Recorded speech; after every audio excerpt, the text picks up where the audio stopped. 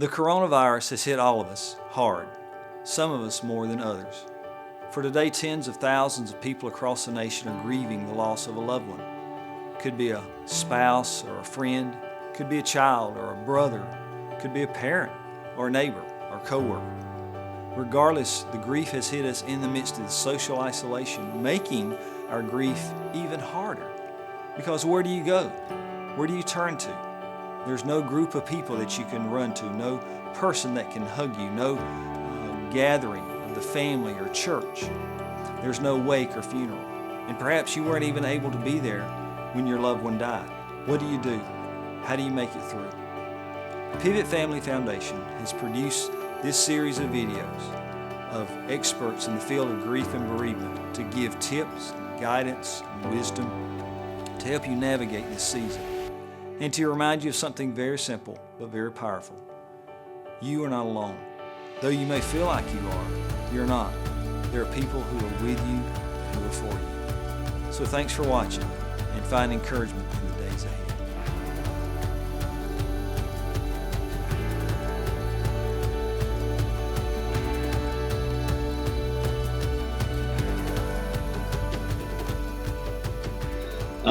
So we have the emotional side of that grief that we're struggling with underneath a lot of what we're doing, whether it's loneliness or fear or anxiety or anger that you mentioned or guilt that we may be going through.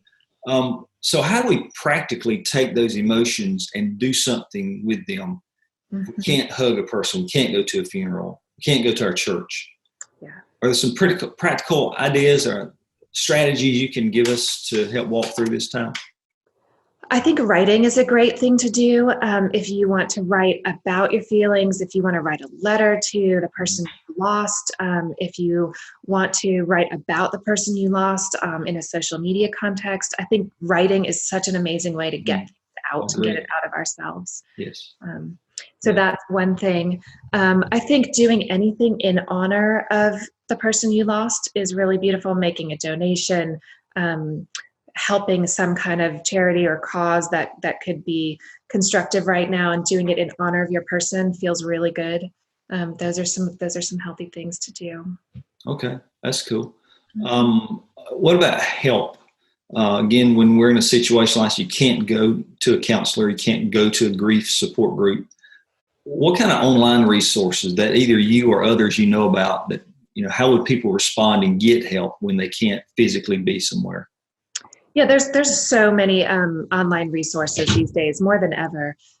There's also a ton of books. If you just type in grief on Amazon, there are so many great books, and I think that a lot of those things can help normalize the feelings you're going through. Mm-hmm. They can help you understand them, explore them on different levels. And then the online communities, if you say you lost a spouse, you can just Google loss of spouse, and you'd be really surprised how many resources are out there. There's different online groups. There's, therapists who do counseling online. There's so much out there. So I always recommend kind of looking for your specific loss, because each loss is so different. You lose a child, you lose a spouse, a sibling, a parent, a grandparent, a pet. They're all very kind of different experiences. While they may have some of the same universal traits of grief, they're still different. They affect your life in a different way. So just doing a search on your particular kind of loss will yield a lot of online results. Yeah. So that doesn't replace that personal touch, but at least the resource is there. Yeah, I think even just talking with someone or, hearing from other people who are going through what you're going through will help you feel less alone in that moment. Right. Yeah. And with so many people dying at this rate, it could be there are more people out there than we realize. There is. And, I want to assure anyone listening that there's a coalition of people in the grief world that are coming together right now. And part of it, we're having weekly meetings trying to figure out, how do we prepare for this? How do we put more and more out there virtually, more online platforms? There's virtual funerals being created right now. Mm-hmm. There's so much. So there's people that are really thinking about this and strategizing for how to support and help. Yeah. Now we're talking about a short-term situation. At some point, this whole quarantine coronavirus is going to diminish and go away. And so that's going to happen. Long-term, will people going through this complicated season of grief, will they need additional support or help when this is all over with. I guess maybe thinking big picture, what should be their first steps when people say, hey, you can go about your life? Yeah, I think definitely. I think there's going to be a lot of processing to do. We're very much in survival mode right now. We're still figuring this out. We're still just trying to kind of get through it. And when you're in that kind of phase, it's very difficult to do the pure grief and grieving and mourning that you need to do. So I do think when we have more space and time, we'll come out of this and return to some of those customs and rituals, be able to really sit and look back and reflect and figure out all of our feelings about what happened. It will be a little bit traumatic, and I think people are just going to have to really process it. I think we're going to see a fair amount of anxiety after this. I think that this was a scary event that kind of came out of nowhere for most of us, and we weren't expecting it.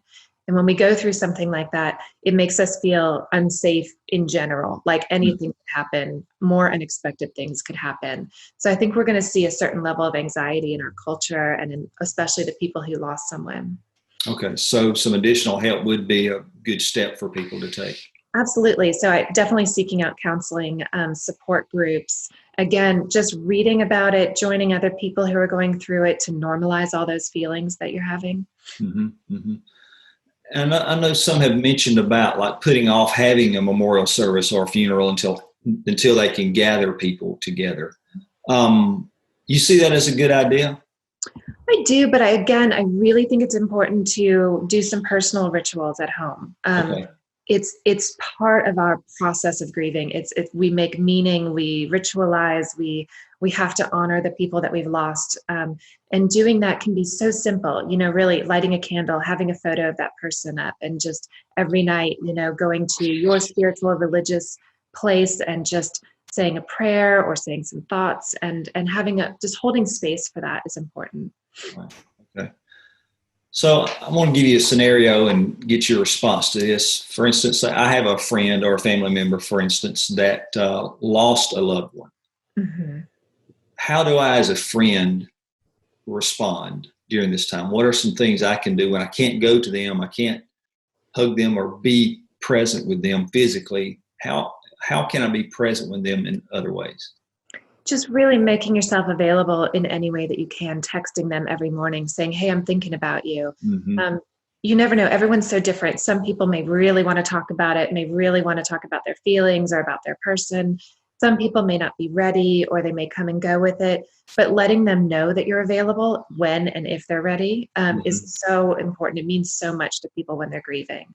I can remember when I went through my losses, the people who showed up and didn't, and when someone doesn't show up and they don't make themselves available, they send a weird message of silence, that they don't want to hear about it, that you shouldn't talk about it. So just saying, hey, I'm here. I know you're going through something. I'm just here. I'm here to listen. Yeah. Means a lot. Is it okay to say, I don't know what to say? Absolutely. Absolutely. I think that's one of the best things to say. Sometimes we try to come up with things that end up being more harmful than, other things. Mm-hmm. It's hard to watch people we love in pain. It's hard for us. We want to fix it. We want to get in there and just make it better. Right. But there's not really anything we can do in these moments. So being willing to sit in that uncomfortable place with them is the best thing you can do. Yeah. And sometimes that means saying, I don't even know what to say, but I'm here. Right. Yeah, I know sometimes we try and think of something smart or wise or encouraging, and there's no words. Right. And so having presence means so much. Even if it's a text message or a phone call or an email, your presence means so much. Yeah, yeah. And perhaps even the reality that they don't know what they need. Right. Yes. Often they don't either. So just being willing to listen and talk through it with them. Yeah. So let's talk for a moment about people that are experiencing a loss in a different way, as opposed to losing a family member or friend. They've lost a job, or they've lost an extrovert, lost their opportunity to engage with people.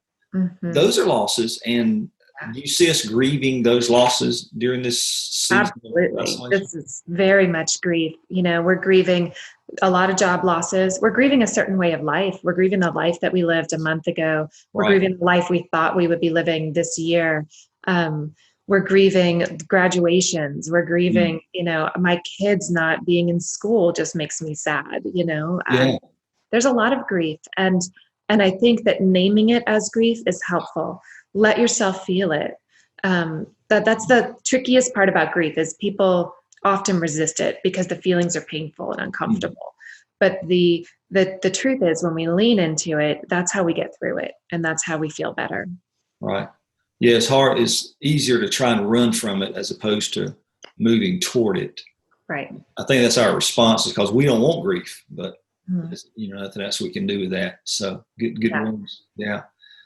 So in closing, I want you to share some encouraging words perhaps to people that are watching, they're grieving and have no kind of physical support.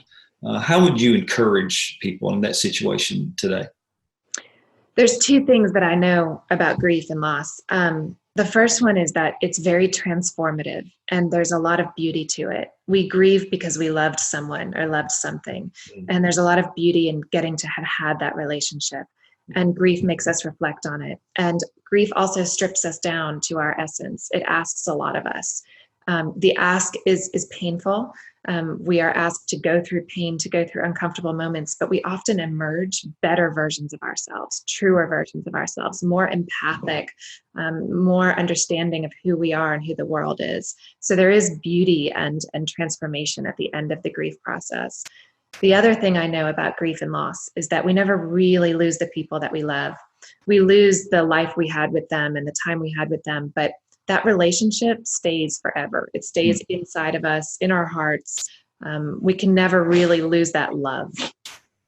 Yeah, that's awesome. And I think that's so true. The beauty, and it's hard to see the beauty because of the darkness we may be in. But it is. Grief is sad, but it is a beautiful experience. And I think the transformation of it all is what's incredible. And it makes us different people, better people. It can make us better people if we can handle that, respond to it properly. So, yeah, that's cool. Well, Claire, this has been insightful and encouraging and helpful for all of us. So thank you again for your time this morning and investing in us and helping us get through this season of life. We are grateful for your being here. You're welcome. Thank you so much for the work you're doing. Thank you. Thanks for watching this episode. I'm glad you found some encouragement and guidance and wisdom to get you through this season of life. This coronavirus will one day end, so will the quarantine, and you'll be able to reconnect with family and friends and to find some healing from that personal touch of being with them. You can't change the past, it's permanent and it's gone, but you can choose a new future. You can choose to move forward in your life, which is what you've actually done by watching this video. You've taken a step to find healing even in the midst of social isolation. So congratulations to you. I hope you will share this video with others and help them find the encouragement and healing that they need to. Thanks so much.